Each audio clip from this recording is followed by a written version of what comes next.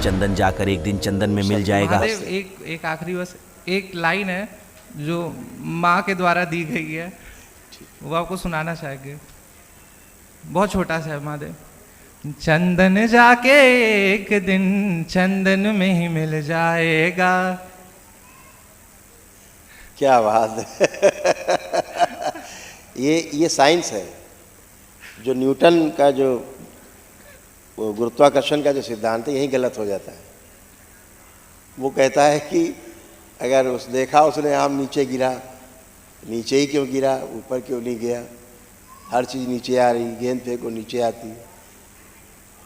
तो जब हमने एक बार न्यूटन को बुलाया, उसके वीडियो पड़े हुए यूट्यूब पे, तो मैंने एक बार न्यूटन को बुलाया तो उस समय तमाम फॉरेनर्स भी आए हुए थे, यूरोप से तमाम वहाँ के अंग्रेज लोग आए हुए थे। उनके सामने बात कराई तो उसने ये बात, हमने पूछा कि गुरुत्वाकर्षण का सिद्धांत तो तुम्हारा नहीं है, तो उसने स्वीकार किया कि हाँ, ये मुझे केरल की एक हाँ, इसे मुझे भारतवर्ष से मिला।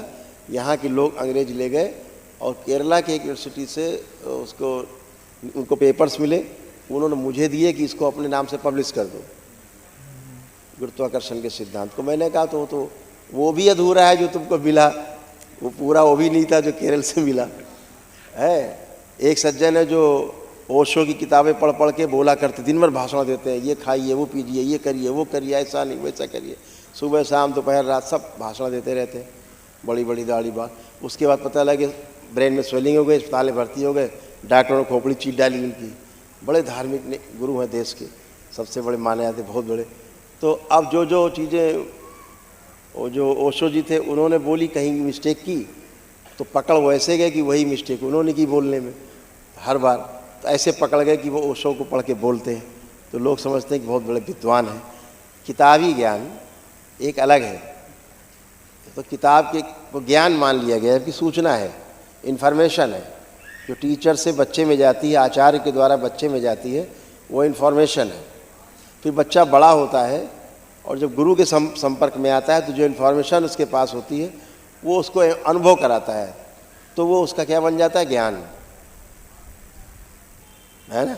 हाँ। फिर ज्ञान से प्रमाण मिलता है ज्ञानी होने का, प्रमाण से फिर परंपरा आगे बनती है, गुरु परंपराएं।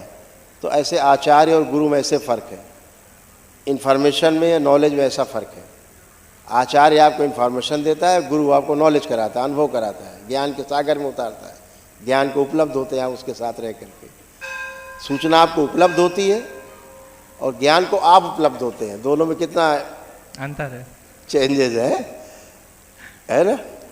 यानी सूचना आपको उपलब्ध होती है और ज्ञान को आप उपलब्ध होते हैं, ऐसा है। एकदम एक नीचे जा रहा है, ऊपर जा रहा है। तो जो न्यूटन ने कहा कि गुरुत्वाकर्षण का सिद्धांत, तो दरबार कहता है कि इस सृष्टि में कोई खींचतान नहीं है, कोई एक दूसरे को खींचतान नहीं रहा है, सब कुछ ऑर्डर में है, व्यवस्थित है।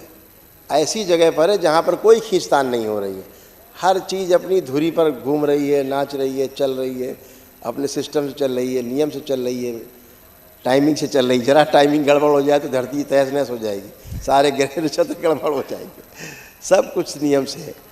तो जो आपने कहा कि चंदन चंदन में मिल जाएगा, ऐसे ही हर तत्व अपने महातत्व से, जो अलग अलग सृष्टि को बनाए रखने के लिए ब्रह्मांड बना है, उस महातत्व से, उसके महातत्व के जो तत्व हैं वो जगह जगह स्थापित है, बैलेंस के रूप में।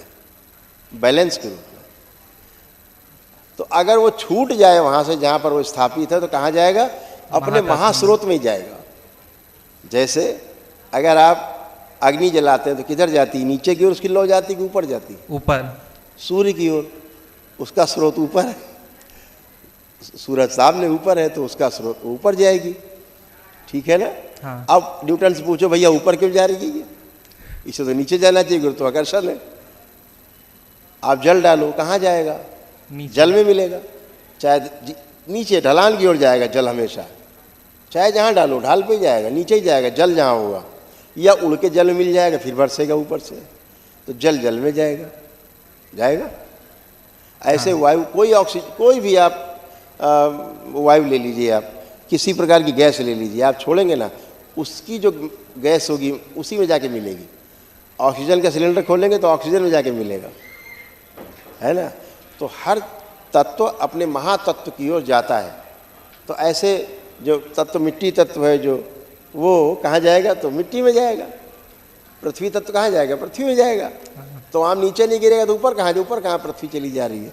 पृथ्वी तो नीचे, तो पृथ्वी की तरफ जाता है, ऊपर नीचे गिरता है। तो हर तत्व अपने महातत्व की ओर जाता ही है, ये उसका आकर्षण है, ये व्यवस्था है। अगर आप वहाँ से आप पानी खोद के निकालिए नीचे से, फिर कहाँ जाएगा? फिर नीचे जाएगा वो, फिर पानी में जाके मिल जाएगा। आप कुछ भी करिए उसका, है ना। इस संसार में कोई वस्तु कभी खराब नहीं होती।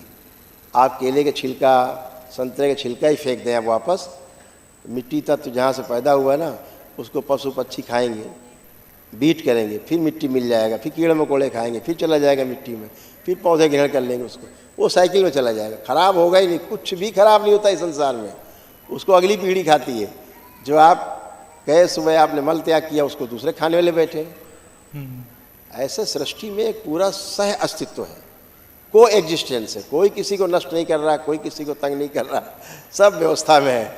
अगर कोई अव्यवस्था फैलाने वाला एक प्राणी है तो वो आदमी है, दूसरा कोई नहीं संसार में, बाकी सब व्यवस्था में है। तो मनुष्य ज्ञान से नियंत्रित होता है, सूचना से नहीं। सूचना तो आगे बढ़ाता रहता है, लेकिन ज्ञान से ही नियंत्रित होता है और स्वनियंत्रित होता है। कोई किसी को नियंत्रित नहीं कर सकता। नियंत्रित करने का अर्थ है कि आप शासन कर रहे हैं उसके ऊपर, और शासन किसी को स्वीकार नहीं।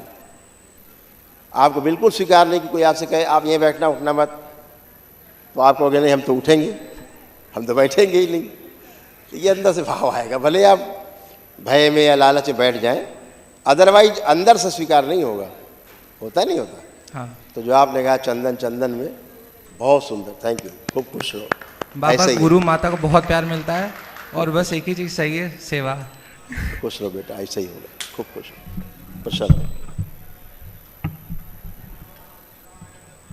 इन बच्चों को पर्ची दे दे महावन की। दरबार का ऑफिशियल चैनल करौली सरकार ईश्वरीय चिकित्सा विज्ञान केंद्र चैनल को जरूर सब्सक्राइब करें। नमः शिवाय।